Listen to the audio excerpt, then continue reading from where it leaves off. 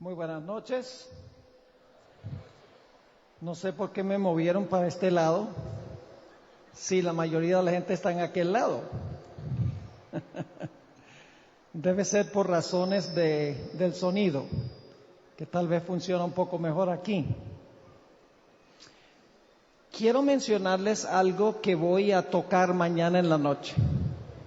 Vamos a hablar de la fórmula bautismal, pero también voy a dedicar unos 5 minutos para hablar sobre un punto que mencioné una de las noches, y después que lo mencioné, al terminar el culto, alguien vino atrás donde yo estaba, muy animado, con el libro Patriarcas y Profetas en su mano, mostrándome que la Biblia,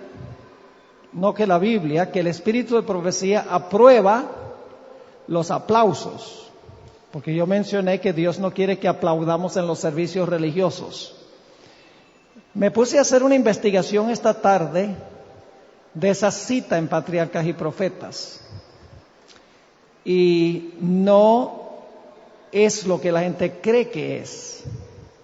Así que mañana en la noche voy a usar eso como ejemplo de cómo debemos estudiar el espíritu de profecía, porque en realidad el espíritu de profecía fue escrito en inglés, no en español, y tenemos que ver el significado de las palabras en inglés, no en español.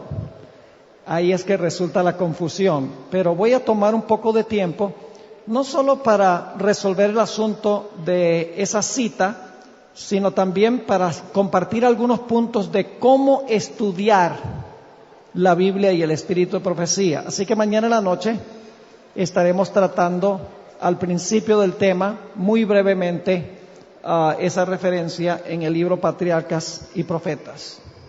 Ahora sí queremos pedir la bendición especial de Dios al estudiar su palabra. Nunca debemos abrir la Biblia sin orar, porque del Dios que dio la Biblia tiene que venir para explicárnosla, para que podamos entenderla.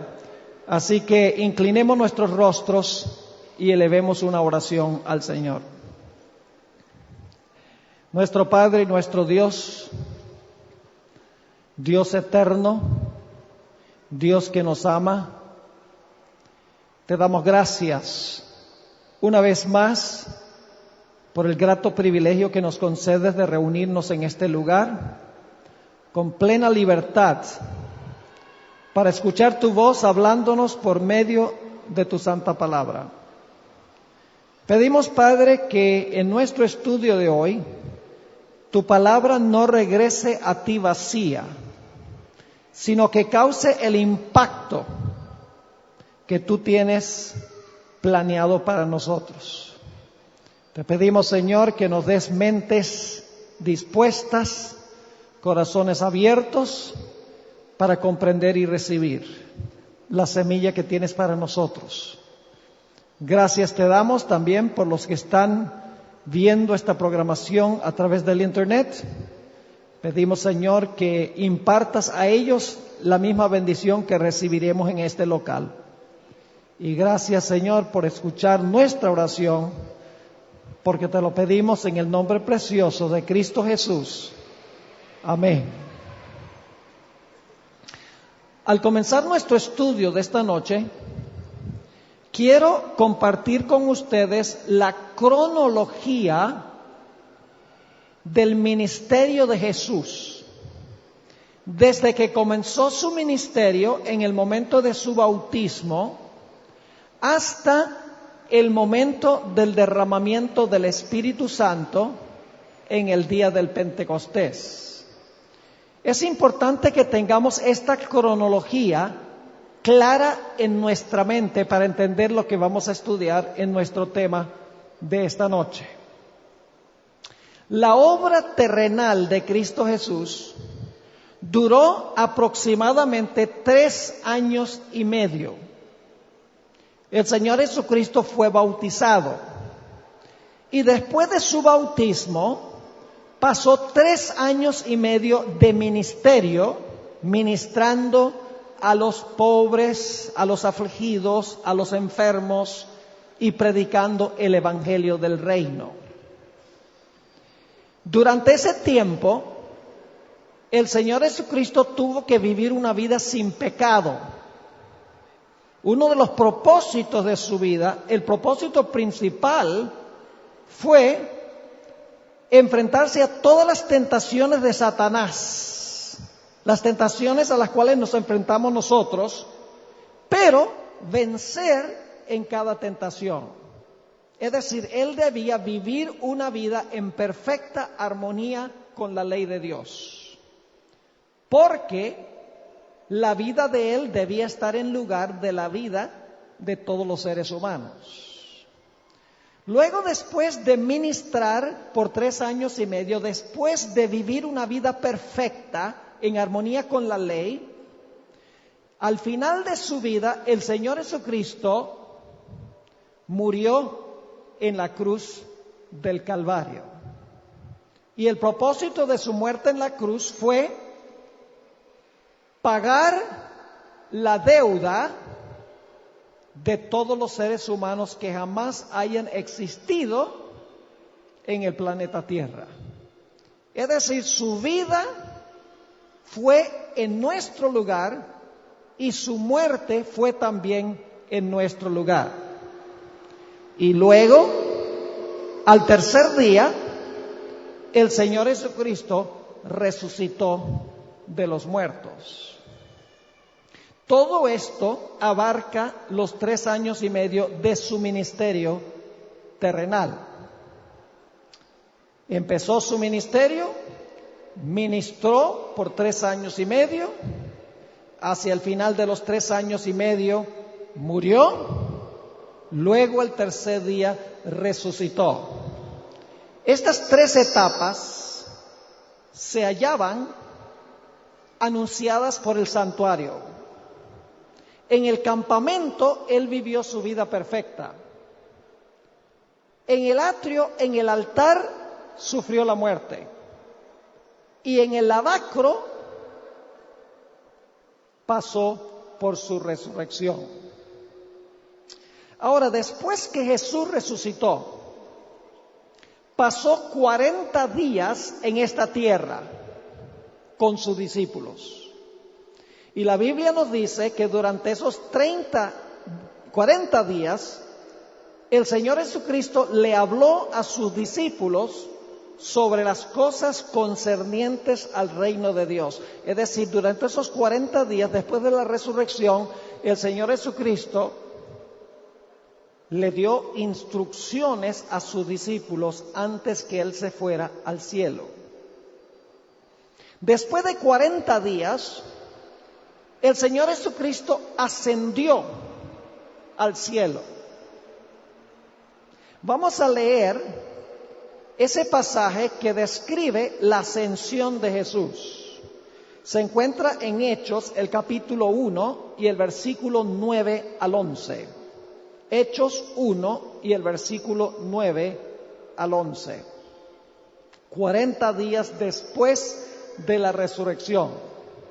Dice: y habiendo dicho estas cosas, viéndolo ellos, fue alzado y le recibió una nube que le ocultó de sus ojos. Y estando ellos con los ojos puestos en el cielo, entre tanto que él se iba, he aquí se pusieron junto a ellos 2 varones con vestiduras blancas, los cuales también les dijeron: varones Galileos, ¿por qué estáis mirando al cielo? Este mismo Jesús, que ha sido tomado de vosotros al cielo, así vendrá como le habéis visto ir al cielo. Y el Señor Jesucristo desapareció de la vista de sus discípulos. Enseguida, después de la ascensión de Jesús, los discípulos regresaron al aposento alto en Jerusalén. Y pasaron allí en el aposento alto 10 días. La Biblia nos dice que durante esos 10 días los apóstoles oraron como nunca habían orado. Confesaron sus pecados. Arreglaron las rencillas que habían tenido unos con otros. Estudiaron las profecías como nunca las habían estudiado antes.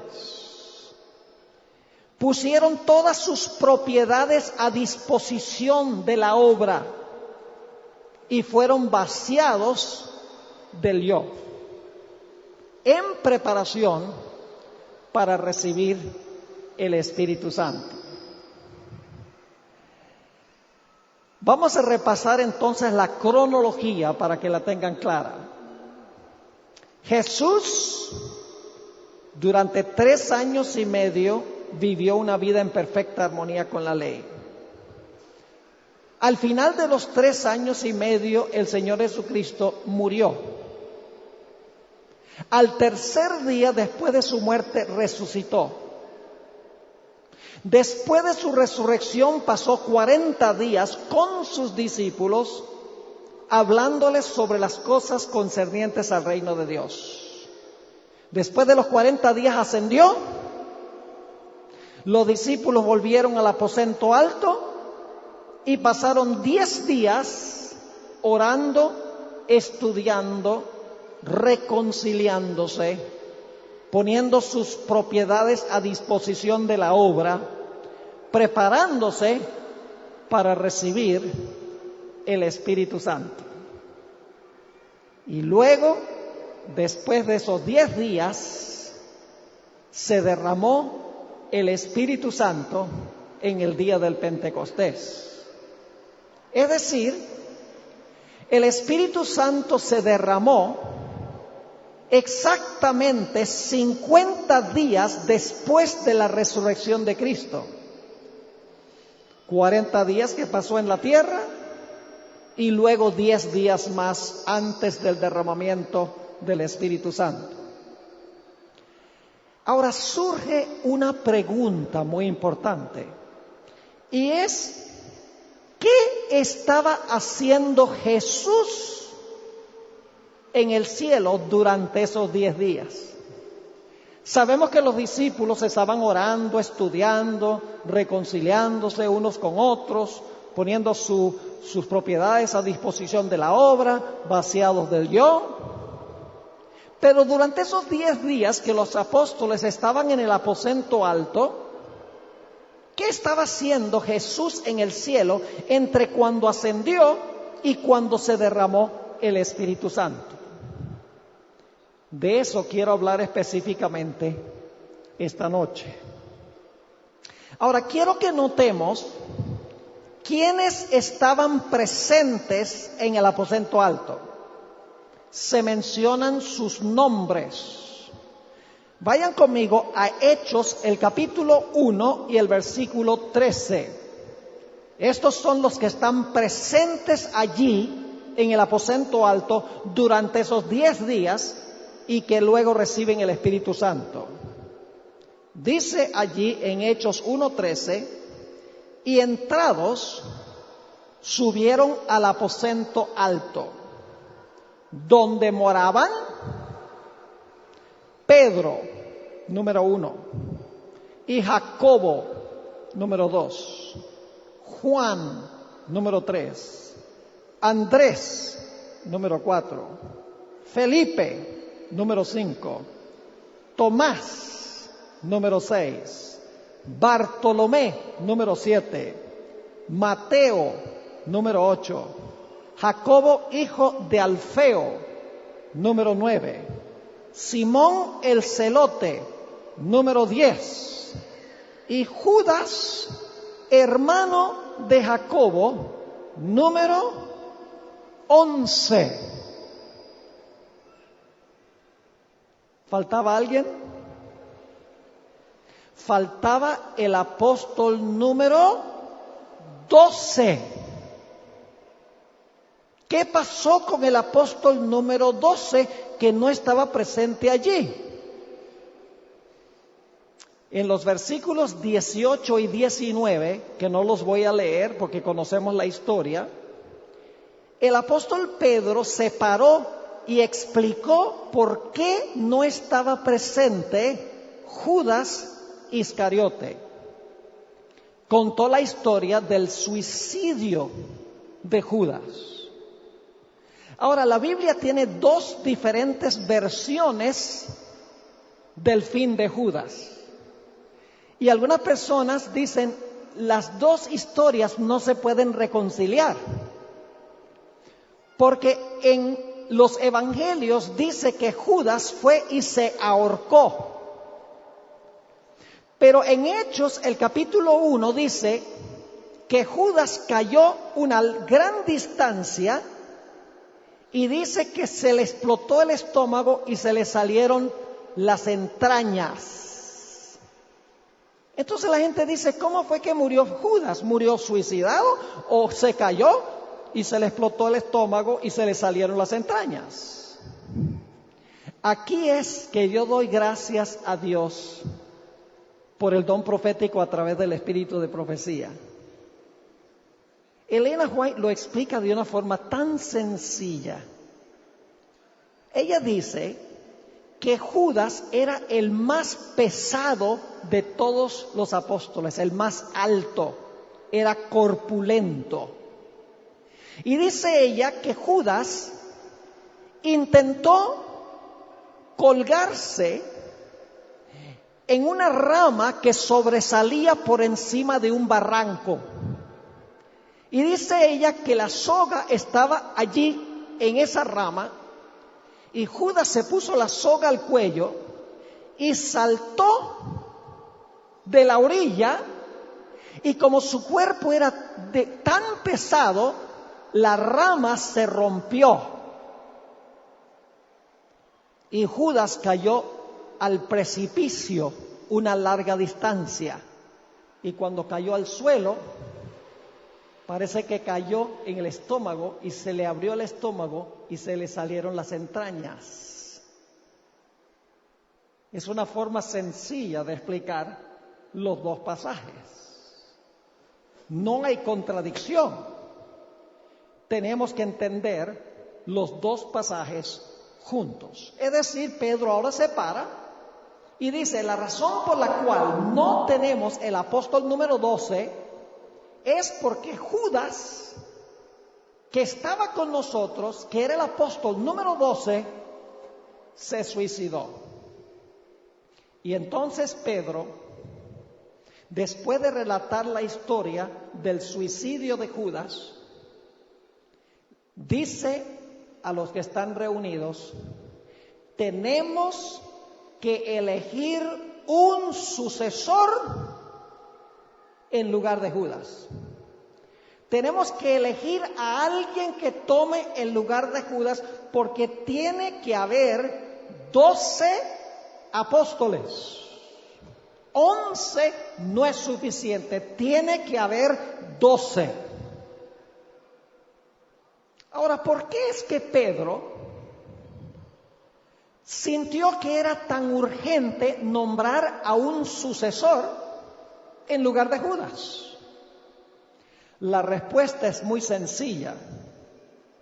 Durante esos 40 días que Jesús pasó con los discípulos después de la resurrección, les explicó las profecías que hablaban de Judas y profecías que decían que era necesario elegir a un sucesor. Noten lo que dice en Hechos 1, el versículo 16 y luego saltamos al versículo 20. Hechos 1 y el versículo 16. Aquí está hablando el apóstol Pedro. Varones hermanos, era necesario que se cumpliese la escritura en que el Espíritu Santo antes por boca de David habló acerca de Judas. Fíjense que él dice, David escribió en cuanto a quién. 1000 años antes David escribió en cuanto a Judas. Y luego dice Pedro, porque está escrito en el libro de los Salmos. Pedro va a decir, había profecías que indicaban que Judas iba a apostatar y que era necesario nombrar a un sucesor. Dice en el versículo 20, porque está escrito en el libro de los Salmos, sea hecha desierta su habitación y no haya quien more en ella. Es decir, él no iba a regresar a su casa. Su casa iba a quedar desierta. Ese es el Salmo 69, 25. Y luego Pedro cita el Salmo 109 y el versículo 7 y 8 y dice, tome otro su oficio. Es decir, la razón por la cual Pedro se paró y dijo, es necesario elegir a un sucesor, es porque las profecías del Antiguo Testamento anunciaban de antemano la muerte de Judas, que no iba a regresar a su casa, y anunciaban que era necesario que otro tomara su oficio. En otras palabras, Pedro dice, mire, tenemos que elegir a un sucesor porque las profecías así lo exigen. Ahora, existe un mito entre muchos en la iglesia adventista, y es que los discípulos se apresuraron a elegir a un sucesor. Es decir, dicen que no era el plan de Dios que se eligiera un sucesor tan rápido, que los apóstoles deberían haber esperado, y si hubieran esperado, Dios les hubiera indicado que Saulo de Tarso debía ser el apóstol número 12. Es interesante cómo a veces en la iglesia adventista inclusive desarrollamos estas tradiciones que se pasan de generación en generación y nadie examina cuidadosamente las tradiciones para ver si están en armonía con la Escritura. Yo le digo a esto el mito de Saulo de Tarso, porque esa es una especulación sin fundamento bíblico y tampoco tiene fundamento en el espíritu de profecía.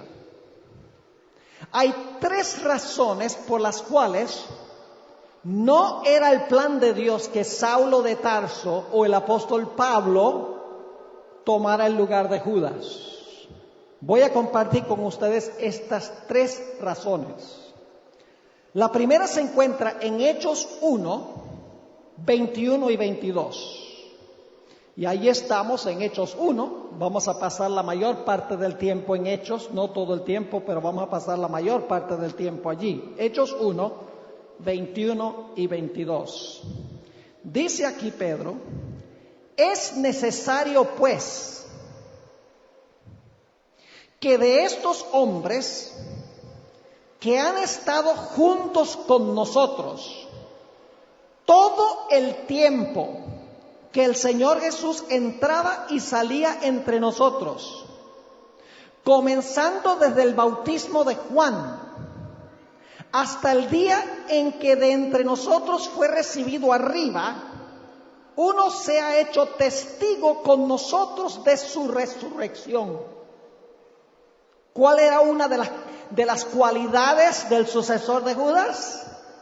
Debía haber estado con los apóstoles desde el tiempo de Juan el Bautista hasta la ascensión de Jesús. ¿El apóstol Pablo cualifica? No, porque el apóstol Pablo, quien se llamaba Saulo de Tarso, se convirtió 3 años y medio después de la resurrección de Cristo. Queda descalificado, porque él no estuvo ni desde el tiempo de Juan, ni tampoco estuvo cuando Cristo ascendió. Se convirtió 3 años y medio después. Queda descalificado. Esa es la primera razón. La segunda razón la hallamos en Hechos 1 y el versículo 24 al 26. Hechos 1, 24 al 26. Aquí se nos dice que los apóstoles siguieron el proceso correcto, pidieron la dirección de Dios.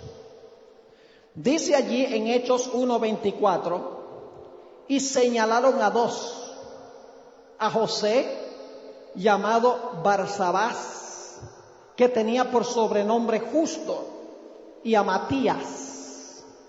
Y ahora escuchen bien. Y orando, dijeron: tú, Señor, que conoces los corazones de todos, escuchen ahora, muestra cuál de estos dos tú has escogido. ¿Oraron, sí o no? Oraron de que Dios indicara cuál había escogido. Dios. Sí, sigue diciendo. Tú, Señor, que conoces los corazones de todos, muestra cuál de estos dos tú has escogido para que tome la parte de este ministerio y apostolado de que cayó Judas por transgresión para irse a su propio lugar. Y les echaron suertes, y la suerte cayó sobre Matías, y fue contado con los 11 apóstoles. ¿Siguieron el proceso correcto? ¿Oraron? Claro que sí. ¿Quién escogió a Matías? Dios. Dijeron: muestra cuál has escogido tú. Hay una tercera razón, y es lo que dice el espíritu de profecía, confirmando lo que ya vimos de la Biblia.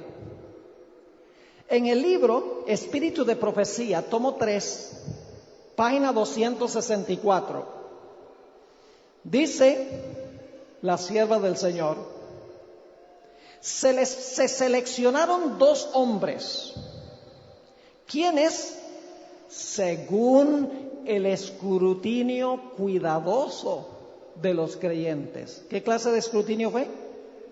El escrutinio cuidadoso de los creyentes, estaban mejor calificados para ocupar el lugar. Pero los discípulos, desconfiados de su propia habilidad para decidir el asunto, lo refirieron al que conoce todos los corazones. Buscaron al Señor en oración para cerciorarse de cuál de los dos estaba mejor calificado para la posición confiada. Y ahora escuchen, el Espíritu de Dios escogió a Matías para el oficio.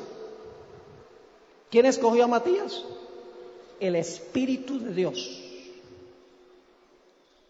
Ahora, antes de terminar nuestro estudio esta noche, le voy a dar una cuarta razón que es absolutamente contundente, por la cual los apóstoles siguieron el proceso correcto. Vamos a resumir lo que hemos estudiado hasta ahora. 2 puntos principales. Punto número 1, decidieron elegir a un sucesor de Judas porque las profecías así lo exigían. En segundo lugar, siguieron los pasos correctos en elegir al sucesor. Pero ahora necesitamos hacernos una pregunta muy importante. ¿Por qué sentían ellos que era tan urgente elegir a un sucesor antes de que se derramara el Espíritu Santo en el día del Pentecostés? ¿Por qué tenían que hacerlo durante esos 10 días, específicamente antes del Pentecostés? ¿Acaso no podrían haber dicho, bueno, nosotros vamos a esperar un poco, vamos a mirar todos los candidatos, ya con tiempo, después que se derrame el Espíritu Santo, entonces vamos a sentarnos y vamos a deliberar y vamos a decidir a quién Dios quiere que nosotros elijamos? Pero no fue así. Era urgente que se nombrara un sucesor de Judas antes que se derramara el Espíritu Santo en el día del Pentecostés.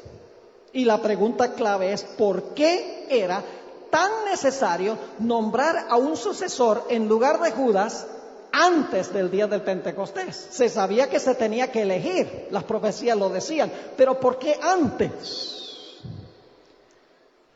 La razón se halla en el significado del número 12 en la Biblia. El número 12 es de crucial importancia. 11 no estaba completo. Tenía que haber 12, porque el número 12 es de vital importancia. Noten, por ejemplo, en Hechos 1 y el versículo 17. Hechos 1 y el versículo 17 se usa una palabra muy interesante para hablar de Judas, que siempre se menciona de último en las listas de los apóstoles. Dice allí, en cuanto a Judas, y era contado con nosotros y tenía parte en este ministerio. Esa palabra contado significa que era parte del grupo de los 12. El número era importante.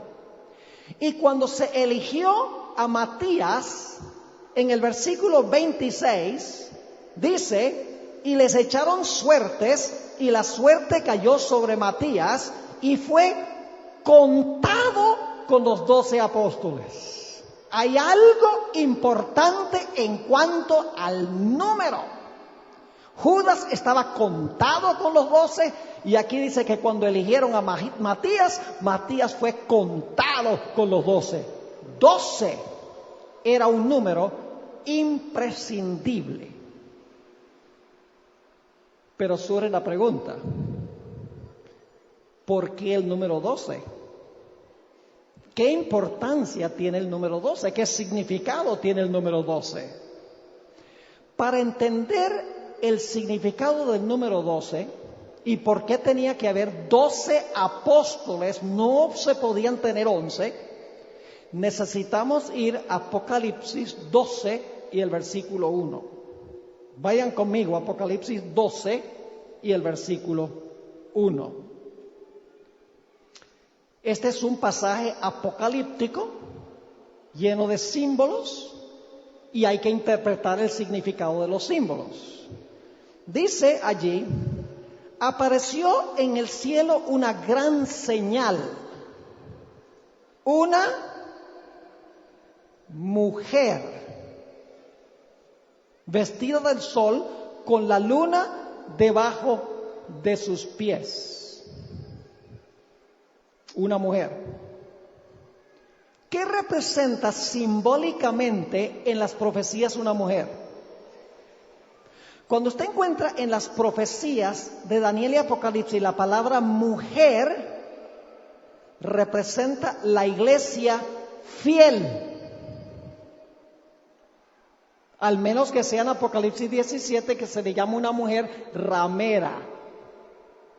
Pero cuando aparece la mujer vestida del sol, es la iglesia fiel, la iglesia pura del Señor Jesucristo. Ahora usted dice, pastor, ¿cómo sabe usted que esta mujer de Apocalipsis 12:1 representa la iglesia fiel o representa a los seguidores fieles de Jesús?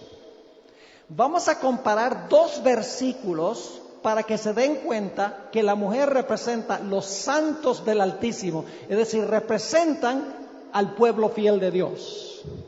Vayan conmigo a Daniel, el capítulo 7 y el versículo 25. Daniel 7 y el versículo 25. Aquí está hablando de un cuerno pequeño. Este cuerno pequeño, no tenemos tiempo de esbozar el significado, el contexto, pero les voy a decir, el cuerno pequeño representa Roma papal, es decir, representa la iglesia romana durante su periodo de dominio durante 1260 años, lo que se conoce como las edades oscuras o la Edad Media. Ahora, fíjense lo que dice en Daniel 7:25, en cuanto a este cuerno pequeño. Y hablará palabras contra el Altísimo, y a los santos del Altísimo quebrantará. Iba a perseguir a los santos, ¿verdad que sí? y a los santos del Altísimo quebrantará. Y pensará en cambiar los tiempos y la ley. ¿Y por cuánto tiempo iba a perseguir a los santos? Dice, y serán entregados en su mano, ¿hasta qué? Tiempos y la mitad de un tiempo, que equivale a 1260 años. Cada año tiene 360 días, son 3 años y medio, multiplicado por 360. Y en las profecías un día equivale a un año, son 1260 años. Ahora fíjense entonces, el cuerno pequeño persigue a los santos del Altísimo por tiempos y la mitad de un tiempo. Pero ahora vamos a un versículo paralelo, Apocalipsis 12 y el versículo 14. Apocalipsis el capítulo 12 y el versículo 14. Es un versículo paralelo a este versículo que leímos en Daniel, solo que se expresa en forma distinta. Dice allí, cuando vio el dragón que había sido arrojado a la tierra, ¿persiguió a quién? Persiguió a la mujer que había dado a luz al hijo varón. Y se le dieron a la mujer las 2 alas de la gran águila para que volase de delante de la serpiente al desierto, a su lugar, a donde es sustentada. ¿Por cuánto tiempo? Tiempos y la mitad de un tiempo. ¿Es el mismo periodo, sí o no? La misma expresión, tiempos, la mitad de un tiempo. Pero ahora fíjense el paralelo. En Daniel 7:25, el cuerno pequeño persigue a los santos del Altísimo por tiempos, la mitad de un tiempo. Pero en Apocalipsis 12, el dragón persigue a la mujer por tiempos y la mitad de un tiempo. ¿Qué representa entonces la mujer en estos 2 textos paralelos? La mujer representa ¿qué cosa? Los santos del Altísimo. ¿Lo entendieron? Repito otra vez porque es muy importante. El cuerno pequeño persigue a ¿quiénes?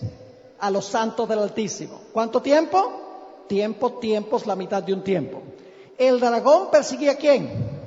A la mujer. ¿Por cuánto tiempo?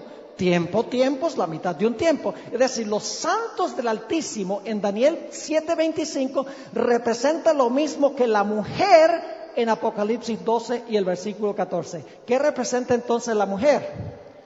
Representa a los santos del Altísimo. Representa a la iglesia fiel, que fue perseguida durante este periodo de 1260 años. Pero ahora necesitamos hacernos una pregunta. Apocalipsis 12:1 ve a esta mujer vestido del sol, con la luna debajo de sus pies, que ya hemos visto representa a la iglesia fiel, representa a los santos del Altísimo.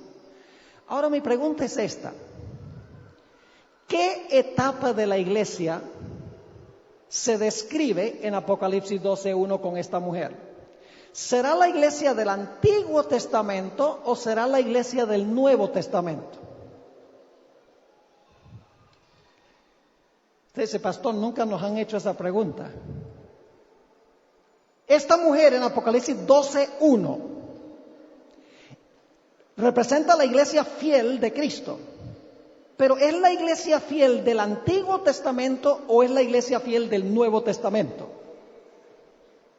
En realidad, hermanos y hermanas, no cabe duda que representa a la iglesia fiel del Antiguo Testamento. Y ustedes dicen, ¿pero por qué, pastor? Es muy sencillo. Porque en el siguiente versículo dice que la mujer está embarazada y tiene un bebé en su vientre. ¿Y quién es ese bebé? ¿Quién es ese hijo varón que tiene la mujer en el vientre? Cristo Jesús. Ahora les voy a hacer una pregunta tonta. ¿Quién existe primero? ¿La mujer o el niño que nace de la mujer? Yo les dije que era una pregunta tonta. ¿Quién existe primero? ¿Un bebé que nace o la mamá? La mamá, claro que sí. Yo pregunto, ¿la iglesia existió antes que naciera Jesús? Lo dice aquí. Porque dice que la mujer ya existe cuando el bebé lo tiene en el vientre. Yo pregunto, ¿el Señor Jesucristo nació de la iglesia del Antiguo Testamento? ¿Fue Jesús descendiente de Abraham, sí o no? ¿Era Jesús descendiente de David, sí o no? Tenía una larga lista de antecesores en la Biblia, en el Antiguo Testamento, que trajeron al Mesías al mundo, ¿sí o no? Sí. Así que en Apocalipsis 12:1, la mujer representa la iglesia del Antiguo Testamento. Pero ahora escuchen. Más adelante, esta misma mujer, después que el niño nace y es arrebatado a Dios y a su trono, es decir, asciende al cielo, entonces se lanza el dragón en contra de la mujer y la mujer huye al desierto por 1260 años. ¿Cuál iglesia es esa ya? Esa ya es la iglesia ¿de qué? La iglesia del Nuevo Testamento. Porque el niño que nació ascendió y luego la mujer huye 1260 años. Es decir, esta mujer representa la iglesia fiel de Dios en el Antiguo Testamento y el Nuevo Testamento. Ahora escuchen. En Apocalipsis 12 y el versículo 1 dice que esta mujer tenía una corona de 11 estrellas.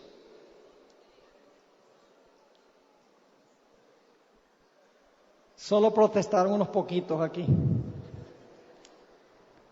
¿Cuántas estrellas tenía la mujer que representa a la iglesia del Antiguo y el Nuevo Testamento? ¿Cuántas estrellas tenía en su corona? 12. Y ustedes dicen, ¿pero por qué tenía 12? Vayan conmigo a Génesis 37 y el versículo 9 y 10. Génesis 37 y el versículo 9 y el versículo 10. Aquí está hablando de un sueño que tuvo José. Y fíjense lo que dice. Soñó aún otro sueño y lo contó a sus hermanos, diciendo, he aquí que he soñado otro sueño. Y he aquí que el sol y la luna y 11 estrellas se inclinaron a mí. Y alguien dice, ay, no dice 12, ahí dice 11. Yo pregunto, ¿quién era la estrella número 12? José. Porque Jacob tenía ¿cuántos hijos? 12. Y luego José, el papá de José, sabe lo que representa el sueño. Porque dice en el versículo 10, y lo contó a su padre y a sus hermanos. Y su padre le reprendió y le dijo, ¿qué sueño es este que soñaste? ¿Acaso vendremos yo y tu madre y tus hermanos a postrarnos en tierra delante de ti? ¿Qué representan las 12 estrellas? En Génesis el capítulo 37, 9 y 10. Representa a los 12 hijos de Jacob, que fueron los fundadores de la nación de Israel. Pero ahora escuchen bien. Luego, los 12 individuos con quienes empezó la historia de la nación del pueblo de Israel, luego ellos se proliferaron y formaron una gran nación. La nación vino de los 12 individuos originales. Vamos a leer Génesis 49 y el versículo 28. Génesis 49 y el versículo 28. Después que Jacob da las características de cada uno de sus hijos, se dice esto: todos estos fueron las 12 ¿qué? Tribus de Israel. Y esto fue lo que su padre les dijo al bendecirlos, a cada uno por su bendición los bendijo. ¿Cuántos individuos fundaron al pueblo de Dios en el Antiguo Testamento? 12. ¿Y luego qué pasó con esos 12 individuos que inauguraron la iglesia del Antiguo Testamento? Se multiplicaron y formaron una gran nación, compuesta de millones. Ahora, vimos que esta mujer representa no solamente la iglesia del Antiguo Testamento, sino la iglesia ¿de qué? Del Nuevo Testamento. ¿Cuántos apóstoles escogió Jesús? Jesús se sentó y dijo, a ver, número 1. 12, me gusta el 12. ¿Así fue? No.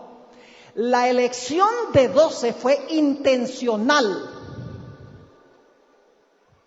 Porque el número 12 representa al pueblo de Dios. Y había que elegir 12 para fundar la iglesia del Nuevo Testamento, como había 12 que fundaron la iglesia del Antiguo Testamento.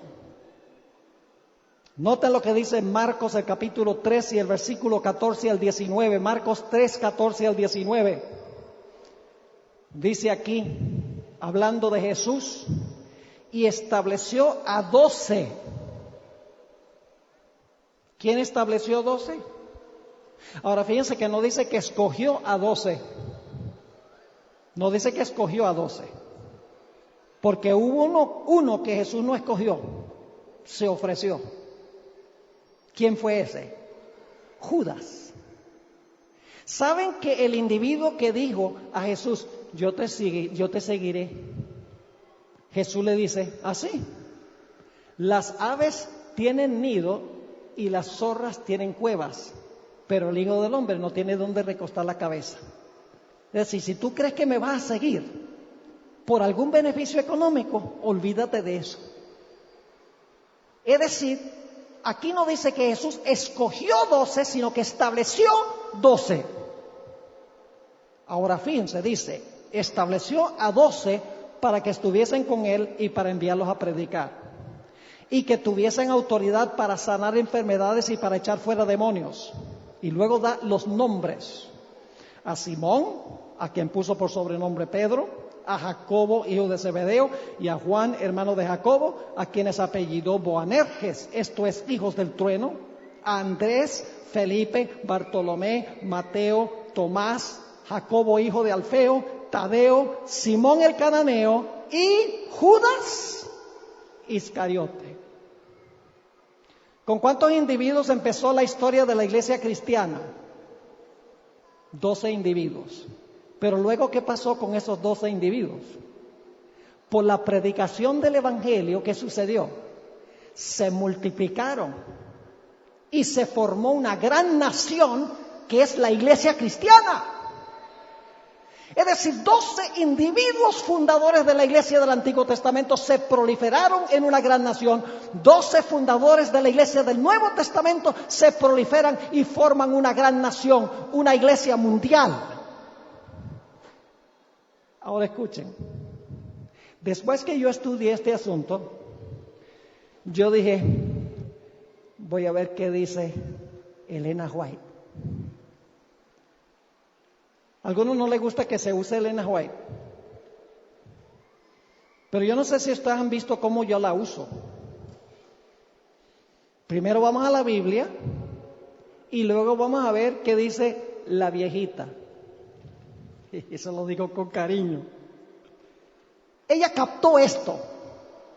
En el libro Hechos de los Apóstoles, página 16, dice ella, así como en el Antiguo Testamento los 12 patriarcas eran los representantes de Israel, así los 12 apóstoles son los representantes de la iglesia evangélica. Lo tenía clarito, como lo hemos estudiado de la Sagrada Escritura.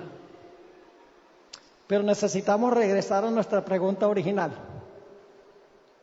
¿Por qué había que elegir al sucesor antes del día del Pentecostés? Está bien, se necesitaban 12, sabemos que se necesitaban 12. porque tenía que haber 12 fundadores de la iglesia, como había 12 fundadores del pueblo de Israel en el Antiguo Testamento, que es el número del pueblo de Dios. Sabemos que tenía que tener el apóstol número 12, para mostrar que Dios tiene una iglesia en todas las épocas. Pero ¿por qué había que elegir al sucesor antes que se derramara el Espíritu Santo en el día del Pentecostés? ¿Por qué no podían esperar hasta después del derramamiento del Espíritu Santo? Todo en la Biblia tiene una razón. Eso me demuestra a mí que la Biblia es inspirada. Todo detalle coordina perfectamente. No sobra nada. Para responder a esta pregunta de por qué había que elegir al sucesor de Judas antes del día del Pentecostés, necesitamos entender qué pasó con Jesús durante los 10 días que los apóstoles estaban en el aposento alto. Recuerda que durante los 10 días en la tierra los apóstoles estaban orando, estaban estudiando, estaban reparando las rencillas, estaban poniendo sus propiedades a disposición de la obra, estaban siendo vaciados del yo, preparándose para el Espíritu Santo. Pero la pregunta es, ¿qué estaba sucediendo con Jesús durante esos 10 días? Para entenderlo, necesitamos ir al Levítico 8 y el versículo 6 al 12. Aquí está la profecía. Algunos cristianos dicen, yo soy cristiano del Nuevo Testamento. No existe tal cosa como un cristiano del Nuevo Testamento. Existen cristianos bíblicos. Si usted no tiene el Antiguo Testamento, no puede entender nada de esto. Porque hay que tomar los pasajes proféticos y ver cómo se cumplieron en Jesús. Fíjense lo que dice Levítico 8, 6 al 12. Está hablando de algo que hizo Moisés con Aarón para que Aarón pudiera comenzar a funcionar como sumo sacerdote en Israel. Es decir, esto está hablando de la investidura de Aarón para poder servir como sumo sacerdote en el santuario. Y noten lo que dice. Y dijo Moisés a la congregación, esto es lo que Jehová ha mandado hacer. Entonces Moisés hizo acercarse a Aarón y a sus hijos y los lavó con agua. Y ahora escuchen lo que hace Moisés con Aarón. Dice, y puso sobre él ¿qué? La túnica. Moisés está vistiendo a Aarón, pieza por pieza, y puso sobre él la túnica, y le ciñó con el cinto. Le vistió después el manto, y puso sobre él el efod, y lo ciñó con el cinto del efod, y lo ajustó con él. Luego le puso encima el pectoral, y puso dentro del mismo los Urim y Tumim. ¿Qué está haciendo Moisés? Está vistiendo a Aarón como sumo sacerdote pieza por pieza para que pueda servir como sumo sacerdote. Sigue diciendo, después, versículo 9, después puso la mitra sobre su cabeza. Y sobre la mitra enfrente puso la lámina de oro, la diadema santa, como Jehová había mandado a Moisés. ¿Qué hizo Moisés?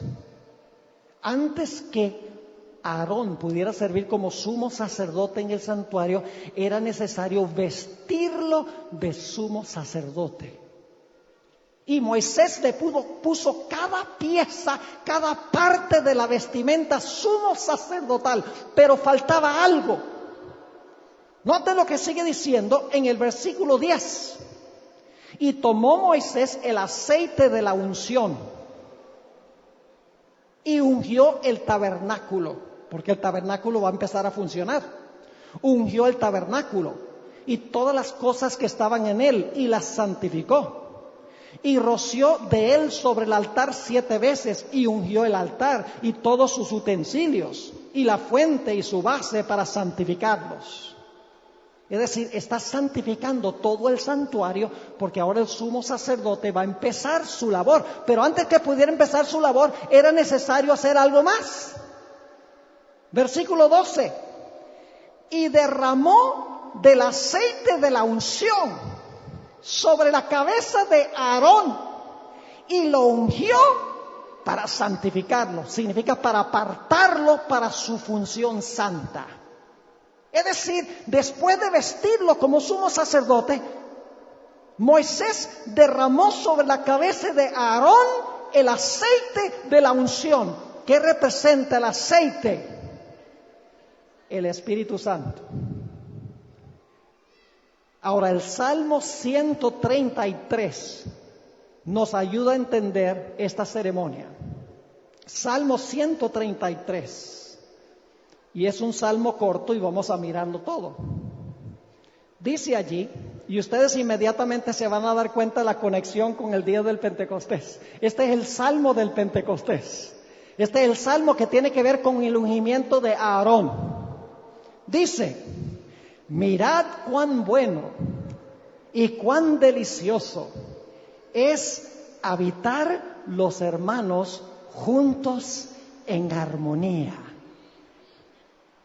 En Hechos 2:1 dice, cuando vino el día del Pentecostés, estaban todos unánimes juntos.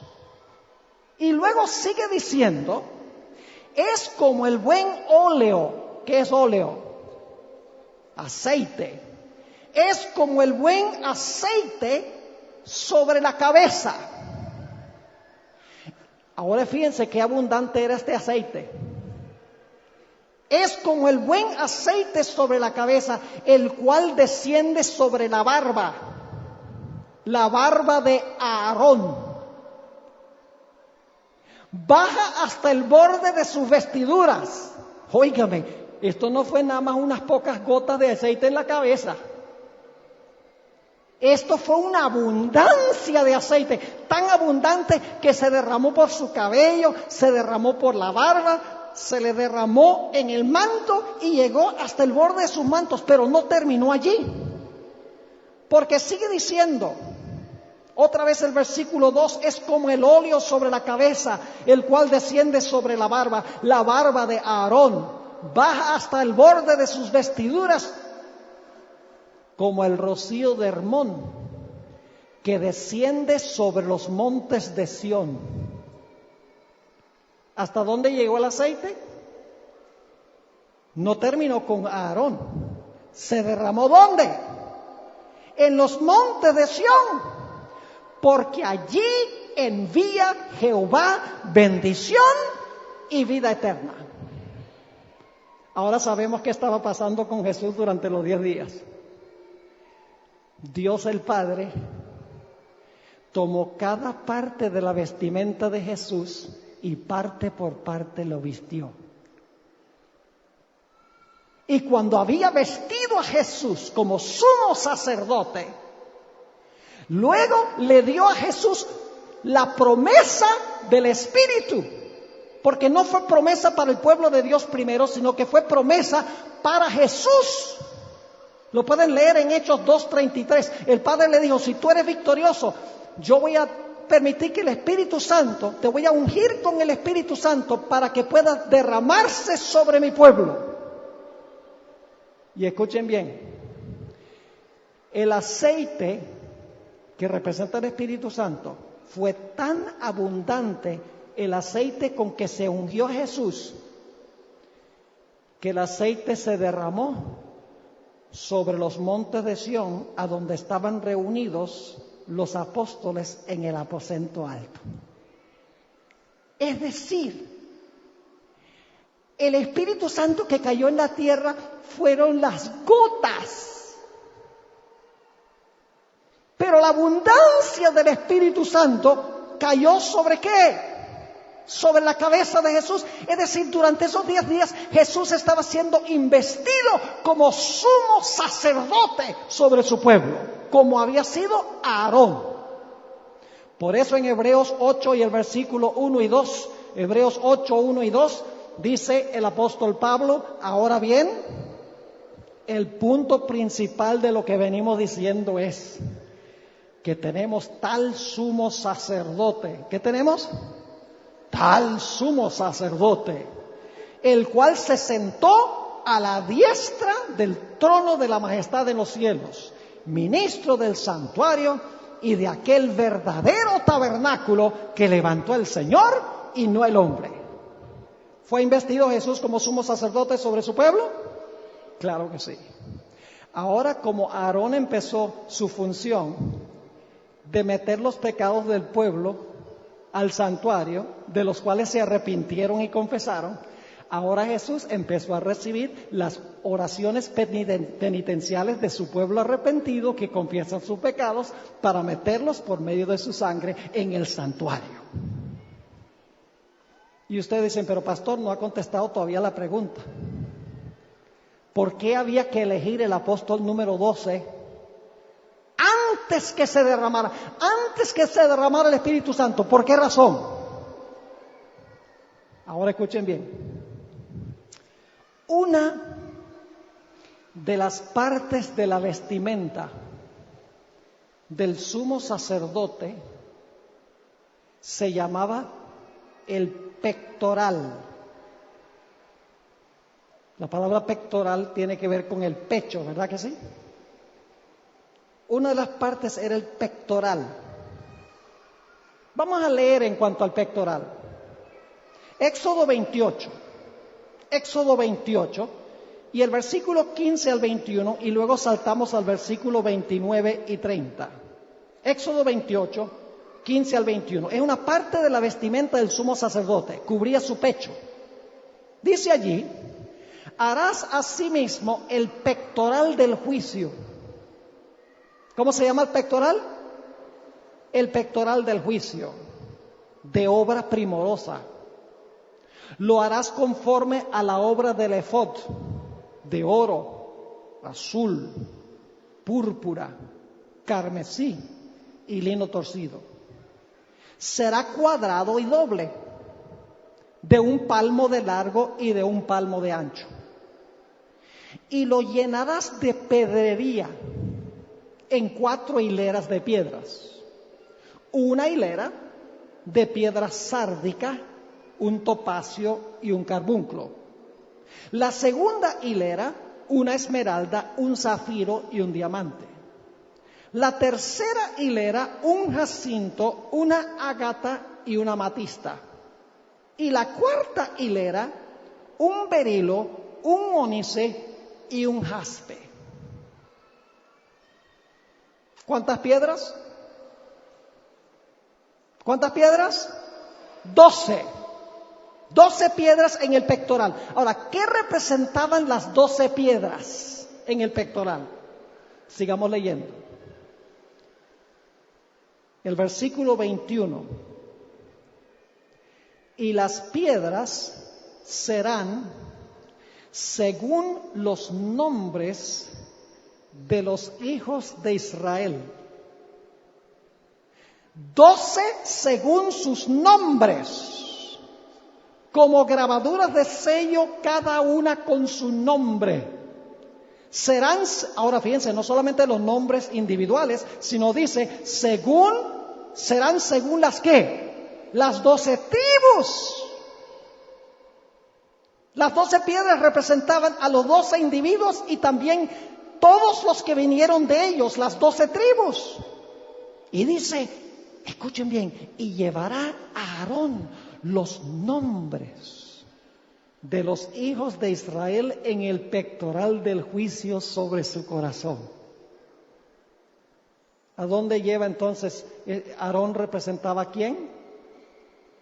¿El sacerdocio de Aarón representaba el sacerdocio de quién? De Jesús. ¿Jesús también lleva un pectoral? Ya no con los nombres de los 12 apóstoles, de los 12 hijos de Jacob, sino también ¿con qué? Con los nombres de los 12 apóstoles. Así que dice, llevará Aarón los nombres de los hijos de Israel en el pectoral del juicio sobre su corazón cuando entre en el santuario, por memorial delante de Jehová continuamente. Versículo 30. y pondrás en el pectoral del juicio Urim y Tumim, para que estén sobre el corazón de Aarón cuando entre delante de Jehová. Y ahora escuchen, y llevará siempre Aarón el juicio de los hijos de Israel sobre su corazón delante de Jehová. ¿Qué debía llevar Aarón en las 12 piedras? Llevaba ¿qué cosa? El juicio de los hijos de Israel. Ahora, ¿qué significa eso? Todos nosotros somos pecadores. Y por lo tanto, ¿qué merecemos? Merecemos que la vara del juicio de Dios caiga sobre nosotros. Merecemos la muerte.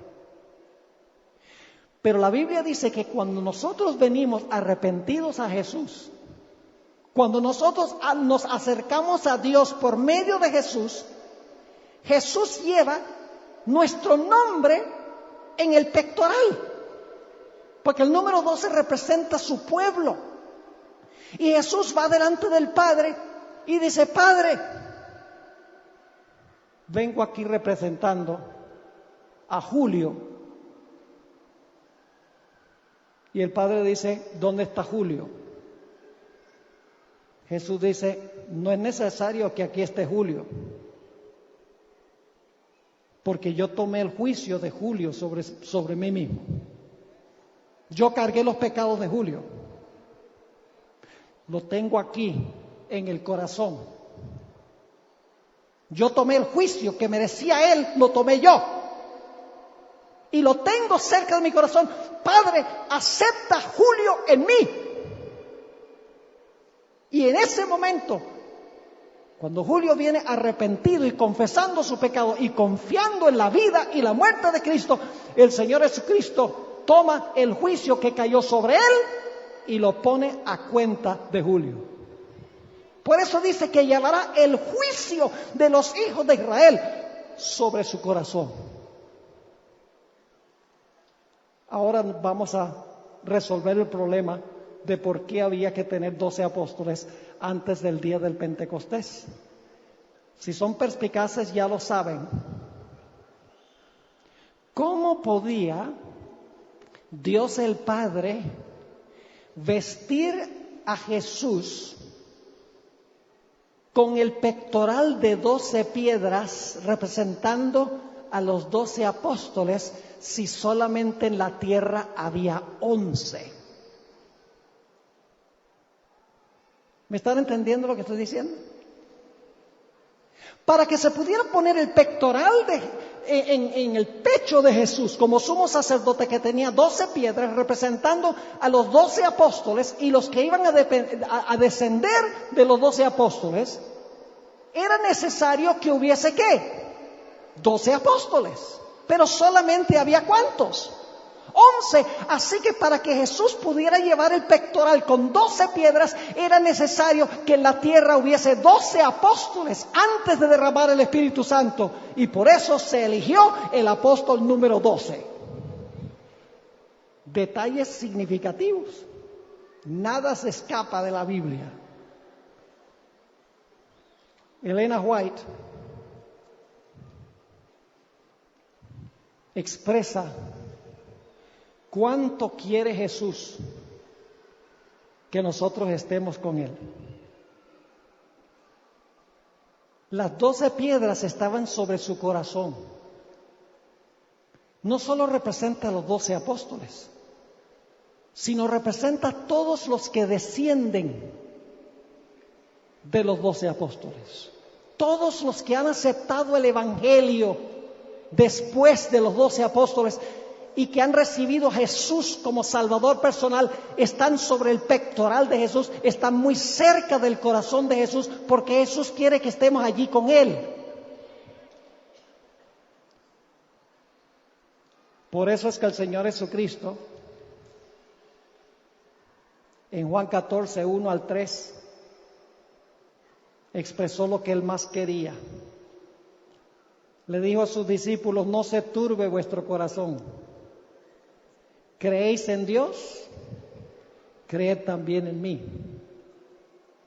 En la casa de mi Padre muchas moradas habrá. Gracias. Sí, porque saben, hay esta idea de que Jesús se fue al cielo para construir casas. Jesús no necesita 2000 años para construir casas, porque creó el mundo en 6 días. Jesús no dijo, en la casa de mi Padre muchas moradas habrá. Cuando lo dijo, estaban allí. En la casa de mi Padre muchas moradas hay. Estaban allí. Y luego sigue diciendo Jesús, en la casa de mi Padre muchas moradas hay. Si así no fuera, yo os lo hubiera dicho. Voy pues a preparar lugar para vosotros. Y ahí otra vez decimos, sí, se fue para sembrar árboles y sembrar flores y se va a construir casas. No. Jesús se fue a preparar el lugar por su obra en el santuario.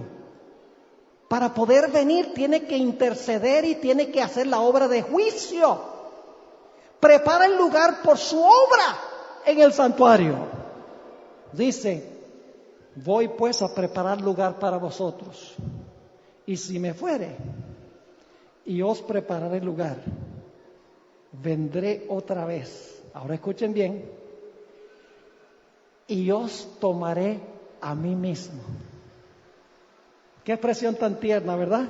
Os tomaré a mí mismo, para que donde yo estoy, vosotros también estéis. ¿Qué es lo que quiere Jesús? Él quiere que nosotros estemos con Él, porque nos tiene cerca de su corazón. Un poco más adelante, cuando Jesús estaba en el Getsemaní, elevó la famosa oración de Juan 17 a su Padre y expresó de nuevo su pasión. Por eso tiene a su pueblo en su corazón. El número 12 representa a su pueblo, no solo los 12 fundadores, sino su pueblo de todas las épocas. Y en Juan 17:24, en su oración sumo sacerdotal, Jesús está orando a su Padre y dice, Padre, aquellos que me has dado, quiero que donde yo estoy, también ellos estén conmigo, para que vean mi gloria que me has dado, porque me has amado desde antes de la fundación del mundo. Padre, yo quiero que los que tú me has dado estén conmigo donde yo voy a estar. Anoche les mencioné la escena de la ascensión de Jesús. Hay un pasaje largo al cual me referí anoche y ahora lo voy a leer, porque no los puedo expresar mejor que lo expresa la escritora Elena White. Está describiendo la ascensión de Jesús. Se encuentra en El deseado de todas las gentes, páginas 773 a la 775. Expresa la pasión de Jesús. Él tomó nuestro juicio, por eso tiene el pectoral del juicio. Él dijo, para que donde yo estoy, vosotros también estéis. Él dijo, Padre, quiero que los que me has dado estén conmigo donde yo estoy. Tiene una pasión de tener a su pueblo con Él, lo tiene cerca de su corazón. Aquí está la descripción. Entonces los portales de la ciudad de Dios se abren de par en par. Y la muchedumbre angélica, que son los que acompañaron a Jesús en la ascensión, la muchedumbre angélica entra por ellos en medio de una explosión de armonía triunfante. Allí está el trono y en derredor el arco iris de la promesa. Ahí están los querubines y los serafines, que son los 4 seres vivientes.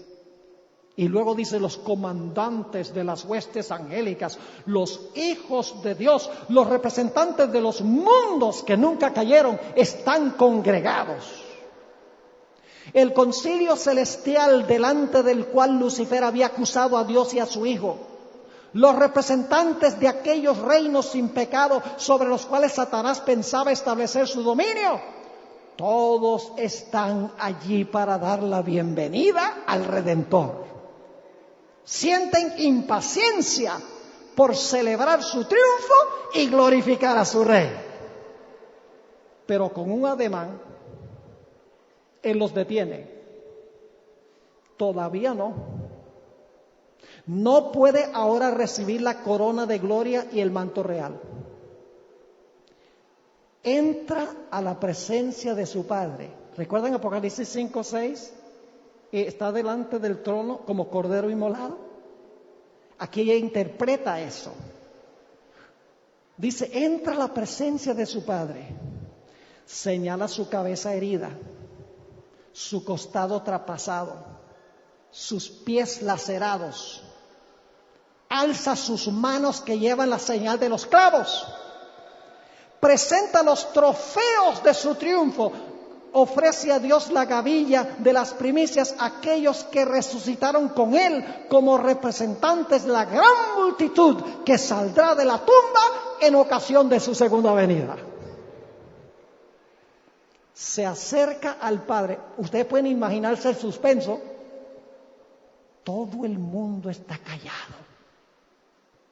Dice, se acerca al Padre, ante quien hay regocijo por un solo pecador que se arrepiente. Desde antes que fueran echados los cimientos de la tierra, y el Padre y el Hijo se habían unido en un pacto para redimir al hombre en caso de que fuese vencido por Satanás. Habían unido sus manos en un solemne compromiso de que Cristo sería fiador de la especie humana. ¿Qué es un fiador? Es alguien que responde por otra persona. Porque Jesús tomó nuestro juicio sobre su corazón. Sigue diciendo, Cristo había cumplido este compromiso. Cuando sobre la cruz exclamó, consumado es, se dirigió al Padre. El pacto había sido llevado plenamente a cabo. Ahora declara, recuerden que en el cielo todo está en silencio, es un silencio sepulcral. Dice, ahora declara, Padre, consumado es. He hecho tu voluntad, oh Dios mío. He completado la obra de la redención. Si tu justicia está satisfecha, ¿qué cargó Jesús? La justicia. Él quería saber que Él había pagado suficiente para llevar a su pueblo. Dice, si tu justicia está satisfecha, aquellos que me has dado, quiero que donde yo estoy, ellos estén también conmigo. La pasión de Jesús, que estemos con Él. Ahora escuchen. Se oye entonces la voz de Dios, proclamando que la justicia está satisfecha. Satanás está vencido. Los hijos de Cristo que trabajan y luchan en la tierra son aceptos en el amado. Delante de los ángeles celestiales y los representantes de los mundos que no cayeron, son declarados justificados. Donde Él esté, allí estará su iglesia. La misericordia y la verdad se encontraron, la justicia y la paz se besaron. Y ahora viene el momento clímax. Dice, los brazos del Padre rodean a su Hijo. Y se da la orden, adórenlo todos los ángeles de Dios. Con gozo inefable. Los principados y las potestades reconocen la supremacía del príncipe de la vida. La hueste angélica se postra delante de él, mientras que el alegre clamor llena todos los atrios del cielo. Digno es el Cordero que ha sido inmolado de recibir el poder y la riqueza y la sabiduría y la fortaleza y la honra y la gloria y la bendición. Los cantos de triunfo se mezclan con la música de las arpas angelicales hasta que el cielo parece rebosar de gozo y alabanza. El amor ha vencido. Lo que estaba perdido se ha hallado. El cielo repercute con voces que en armoniosos acentos proclaman bendición y honra y gloria y dominio al que está sentado sobre el trono y al Cordero por los siglos de los siglos. Amén. ¿Les hubiera gustado estar ahí? Ninguna palabra lo puede describir. Ella está haciendo lo mejor que puede con el idioma. Y esta es una traducción. Y ustedes deben leer antes de esto, cuando los ángeles están ascendiendo, están cantando el Salmo 24 antifonalmente. Espectacular. La pasión de Cristo es tener con Él a los suyos. Pero escuchen bien. Los únicos que Jesús tiene sobre su corazón, los únicos por los cuales Él asumió el juicio y el juicio cuenta en lugar de ellos, son los que aceptan a Cristo como su Salvador personal. Es decir, tenemos que estar incluidos en Él. Ahora, algunos se preguntarán, pastor, ¿cómo es que yo puedo estar en Cristo? ¿Cómo es que yo puedo llegar a pertenecer a una de esas 12 piedras, por así decirlo, para que el juicio que sufrió Cristo cuente como si fuera el juicio mío, para que yo no tenga que sufrir el castigo? ¿Cómo es que sucede eso? La respuesta bíblica es muy sencilla. El momento en que nosotros llegamos a estar en Cristo es el momento cuando nos bautizamos, por inmersión. Mañana en la noche vamos a hablar de eso, sepultados debajo del agua. Y ustedes dicen, pero ¿por qué ese es el momento? Les voy a explicar brevemente. Yo creo que muchos, la mayoría tal vez aquí han visto un bautismo por inmersión. El bautismo con un poquito de agua en la cabeza cuando eres un bebecito, eso no cuenta. No cuenta porque tenemos que creer, tenemos que aceptar a Jesús como Salvador. Tenemos que reclamar su justicia, arrepentirnos, confesar el pecado. Un bebé no puede hacer eso. Y el bautismo es una sepultura. El bautismo no es sencillamente echar un poco de agua en la cabeza. Déjame explicar por qué razón el bautismo por inmersión es tan importante. El Señor Jesucristo, cuando estaba en la cruz del Calvario, ¿qué hizo inmediatamente antes de morir? Dejó de respirar. La Biblia dice que expiró. Significa que ya no respiraba más. ¿Y luego qué hicieron con Jesús? Fue sepultado. ¿Y luego qué pasó el tercer día? Respiró de nuevo, es decir, dejó de respirar, fue sepultado en el sepulcro, no respiraba y entonces resucitó y volvió a respirar nueva vida con un cuerpo glorificado.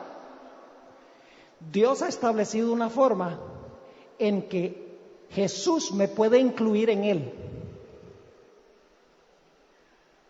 Los que han visto un bautismo, el pastor se para en el bautisterio y dice, yo te bautizo en el nombre del Padre, del Hijo y del Espíritu Santo. ¿Y qué es lo que la persona hace inmediatamente después de ser sepultada? Deja de respirar. ¿Y qué hace mientras está debajo del agua? No respiran. ¿Y qué es lo primero que hacen cuando salen del agua? Respiran de nuevo. En el bautismo usted está pasando por la experiencia de Jesús. Y cuando nosotros hacemos eso, cuando pasamos por la experiencia del bautismo, dejamos de respirar, somos sepultados, respiramos de nuevo, Dios el Padre dice, te incluyo en la obra que hizo Cristo Jesús. Te considero muerto con Él, sepultado con Él y resucitado con Él. Te considero en Él. Es decir, en el momento del bautismo tú estás en Jesús. Ya no tienes que preocuparte de lo que el Padre piensa de ti, porque lo importante es lo que el Padre piensa de Jesús. Tú estás en Él. ¿Cuán importante entonces es el bautismo? No es opcional. Es un asunto de vida o muerte. Se me ocurre preguntar en esta noche. Hay personas aquí que no han sido bautizadas, como dice la Biblia, que les gustaría que Dios los incluyera a ustedes en Jesús? ¿Quieren levantar la mano si tenemos personas? ¿Por qué no se ponen de pie? Porque tenemos un mar de gente aquí. Yo quiero orar por ustedes. Aquellos que no han sido bautizados, quieren estar en Jesús esta noche. ¿Por qué no vienen aquí al frente mejor? El tiempo casi se acaba, pero vamos a tomar unos pocos momentos. Vengan aquí al frente para tenerlos cerca. Yo quiero orar por ustedes. Gloria a Dios. Vamos a esperar unos momentos porque hay personas también de arriba que se están acercando. Si no eres bautizado o bautizada, no dejes pasar esta oportunidad. Esto no es una obligación, es un privilegio estar en Jesús. Esta noche yo sencillamente te estoy dando la oportunidad de escoger estar en Cristo Jesús. Gloria a Dios. Tal vez podemos escuchar un poco de música de trasfondo mientras la gente se acerca antes de tener nuestra oración en esta noche. Gloria a Dios. ¿Sabe que en el día del Pentecostés Pedro no tuvo que rogarle nada a nadie? La gente vino a Pedro y le dijo, ¿qué tenemos que hacer? Y Pedro le dijo, bueno, arrepiéntense y bautícense. Gloria a Dios por estas almas preciosas que están respondiendo al llamado del Señor. Gloria al Señor, el Señor te bendiga. Gloria a Dios. Vamos a permitir unos pocos minutos más, que hay muchos que se están acercando. Vamos a pedirle a los hermanos y hermanas que están saliendo que tengan suprema reverencia mientras las personas se acercan aquí al frente. Gloria a Dios, gloria al Señor. Los niños también pueden venir. El Señor Jesucristo dijo, dejad que los niños vengan a mí porque de ellos es el reino de los cielos. Los niños también pueden acercarse. No significa que se van a bautizar cuando son pequeñitos, pero por lo menos la decisión la pueden tomar. Acércate, no dejes pasar esta oportunidad. No vamos a alargar el llamado, el tiempo ya terminó prácticamente, pero tampoco quiero terminar sin que cada uno tenga la oportunidad de responder a este llamado. Gloria a Dios, gloria a Dios. Posiblemente hay algunos que ya fueron bautizados, se retiraron del Señor y quieren ahora decirle a Jesús, yo me voy a reintegrar, voy otra vez a integrarme a ti, quiero estar en ti. Si tú cabes en esa categoría, acércate también en estos momentos porque te quiero incluir en esta oración. Gloria a Dios. ¿Alguien más? No podemos terminar porque la gente sigue acercándose aquí al frente. Gloria al Señor. Hay gozo en el cielo ahora mismo. ¿Saben que los ángeles cantan en el cielo? Hay gozo en el cielo por un pecador que se arrepiente. Y aquí hay más que uno. Los ángeles están cantando en estos momentos, llenos de gozo por estas decisiones que se están tomando en esta noche. Gloria a Dios. Sigue acercándose la gente. Qué escena preciosa. Permítame contarles una pequeña historia mientras la gente se acerca. La gente me pregunta a mí que si yo no tengo miedo de montarme en aviones. Yo viajo muchísimo en avión. Llevo solamente en la empresa American Airlines, he viajado 3 millones de millas, que son 4,5 millones de kilómetros. Y la gente dice, no tiene miedo si se monta en el avión, que el avión se caiga y se mate. Y yo le digo, no tengo ni un poco de miedo, duermo perfectamente bien, porque estoy en Cristo. Y en 1 Tesalonicenses 4 dice que los muertos en Cristo resucitarán primero. Es decir, como estoy en Cristo, si llego a morir, ¿qué importa? Porque estoy en Él. Y en la resurrección me va a levantar de los muertos. Gloria a Dios. ¿Alguien más? Solo unos pocos instantes y vamos a tener nuestra oración para terminar. Doy gloria a Dios por esta respuesta. Estoy muy contento de ver que han tomado esta decisión. Vamos a inclinar nuestros rostros ahora para tener una oración. Si alguien más durante la oración quiere acercarse, unirse a este grupo, por favor vengan, oremos. Padre Celestial, cuánto nos amas tú. Nos amas tanto como amas a tu Hijo, porque estuviste dispuesto de entregarlo por nosotros. Oh Padre, gracias por mandar a Jesús. Gracias porque estuvo dispuesto de cargar el cruel castigo que merecemos nosotros. Gracias, Padre, porque el Espíritu Santo ha obrado en estos corazones de los que se han colocado de pie. No es fácil pararse delante de un público, pero estas personas, su atención alrededor, Satanás les desanime. Te ruego que muy pronto puedan, a través del bautismo, para que estén en Cristo y sean aceptos en el amado. Si hay alguno más aquí en esta noche, Señor, que debería haber venido al frente y no vino, porque tiene una lucha feroz en el corazón pensando de las dificultades y los obstáculos, te ruego, Señor, que antes que termine este ciclo de conferencias, que tu Santo Espíritu los lleve a responder a tu llamado y que decidan entregarse sin reservas al Señor Jesús. Gracias, Padre, por habernos acompañado en esta noche y gracias por escuchar nuestra oración, porque te lo pedimos en el precioso nombre que es sobre todo nombre, el nombre de Jesús. Amén.